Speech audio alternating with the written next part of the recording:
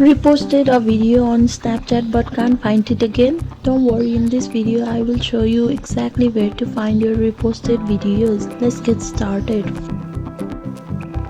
First, open the Snapchat app on your phone.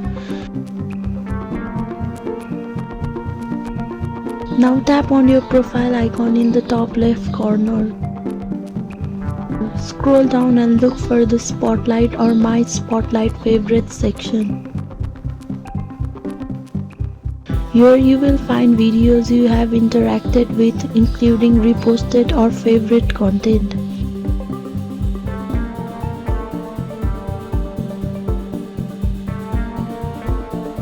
If you don't see it, try checking your memories or search for the creator you reposted from.